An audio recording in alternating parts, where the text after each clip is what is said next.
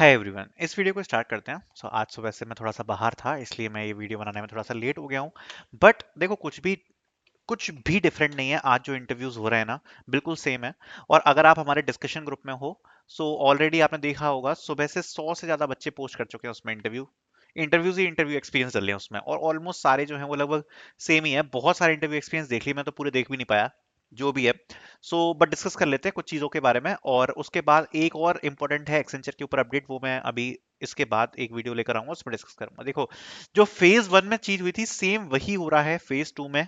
ठीक है, phase two में भी बिल्कुल सेम वही तरीका है, वही उसी प्रकार के इंटरव्यूज हैं, जिसमें जैसा मैंने आपको बताया था वही चीजें पूछी जा रही हैं। एक एक्सपीरियंस आपको बता देता हूँ, इसके बाद मैं बाकी की चीजें डिस्कस करूंगा।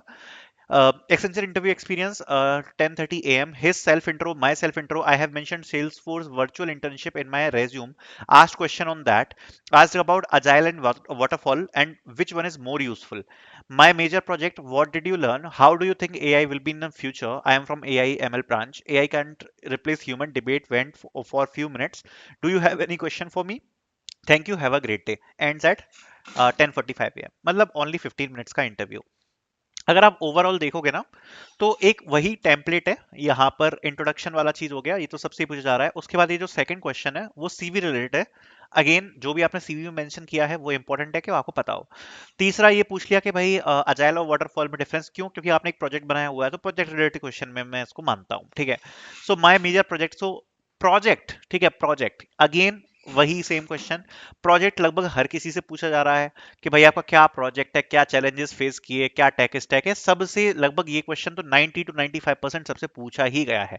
क्या आपको सीखने को मिला, ग्रुप प्रोजेक्ट है, इंडिविजुअल प्रोजेक्ट है, कैसे मैनेज करोगे, ये सब।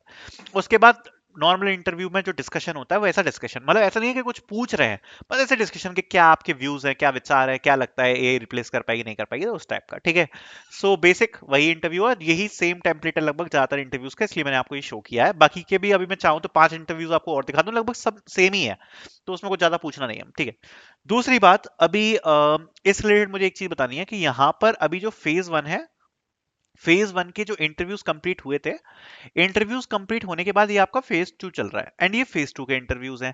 इस वाले इंटरव्यूज में वो वाले इंटरव्यूज भी शेड्यूल्ड हैं जिन बच्चों का या तो इंटरव्यू कैंसिल हुआ था या उनका कम्युनिकेशन असेसमेंट रीशेड्यूल हुआ है। ये जो दो इंटरव्यूज हैं, दो वो वाले इंटरव्यूज में इसमें शेड्यूल करे गए हैं, मतलब फेज टू में यहाँ पर शेड्यूल करे गए हैं। ठीक, अगर आप अपने इंटरव्यू के लिए जा रहे हो, आपका आज इंटरव्यू है, कल इंटरव्यू है, परसों इंटरव्यू है, तो यहाँ पर क्या चीज जो सबसे ज्यादा इंपॉर्टेंट है वो क्या चीज रहेगी, जैसा मैंने बताया, एक तो अपना सीवी को अच्छे से पढ़ लो।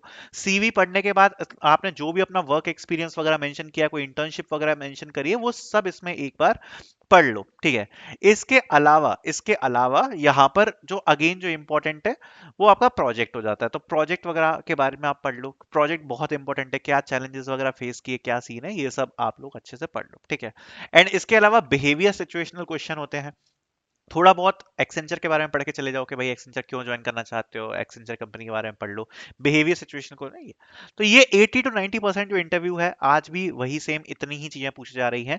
जो 10 से 20% इंटरव्यू है, उसमें हो सकता है कुछ टेक्निकल चीजें पूछ ली जाए, जैसे अगर आपने प्रोजेक्ट के बारे में एक्सप्लेन किया, तो सपोज आपने अपने प्रोजेक्ट में मर्न स्टैक यूज किया, तो भैया मर्न के ऊपर कोई क्वेश्चन पूछ लिया कि रिएक्ट क्या है, नोड क्या है, नोड के फीचर्स बता दो, रिएक्ट के फीचर्स बता दो। या ऊप्स के ऊपर कोई क्वेश्चन पूछ लिया, डीबीएमएस एसक्यूएल के ऊपर कोई क्वेश्चन पूछ लिया। ये सब होता है केवल 10 to 20% केसेस में। ज्यादातर इंटरव्यू जो मैंने आपको बताया वैसे ही होंगे। 10 to 20% केसेस में हो सकता है कि आपसे इन डिटेल थोड़ा बहुत टेक्निकल चीजों के बारे में पूछ लिया जाए। तो ऐसा नहीं है कि बिल्कुल भी ऐसे होके जाना कि भाई प्रिपेयर ही नहीं करना, ऐसा मत सोच लेना कि भाई प्रिपेयर ही नहीं करना, प्रिपेयर करके जाना। बट अगर आपकी प्रायोरिटी है वो इस टेम्पलेट पे रहेगी, प्रायोरिटी आप इस चीज को रखना। बाकी इसके बाद आपने जो प्रोजेक्ट वगैरह किए उसके लिए आप टेक्निकल पढ़ सकते हो। ठीक है, तो ये सब आपका रहने वाला है। I hope you guys like this video. ये आज का एक्सपीरियंस है। ये एक एक्सचेंजर के ऊपर और एक चेंज है, वो मैं इसमें डिस्कस नहीं करना चाहता, अगली वीडियो में करूंगा। Thank you so much for watching.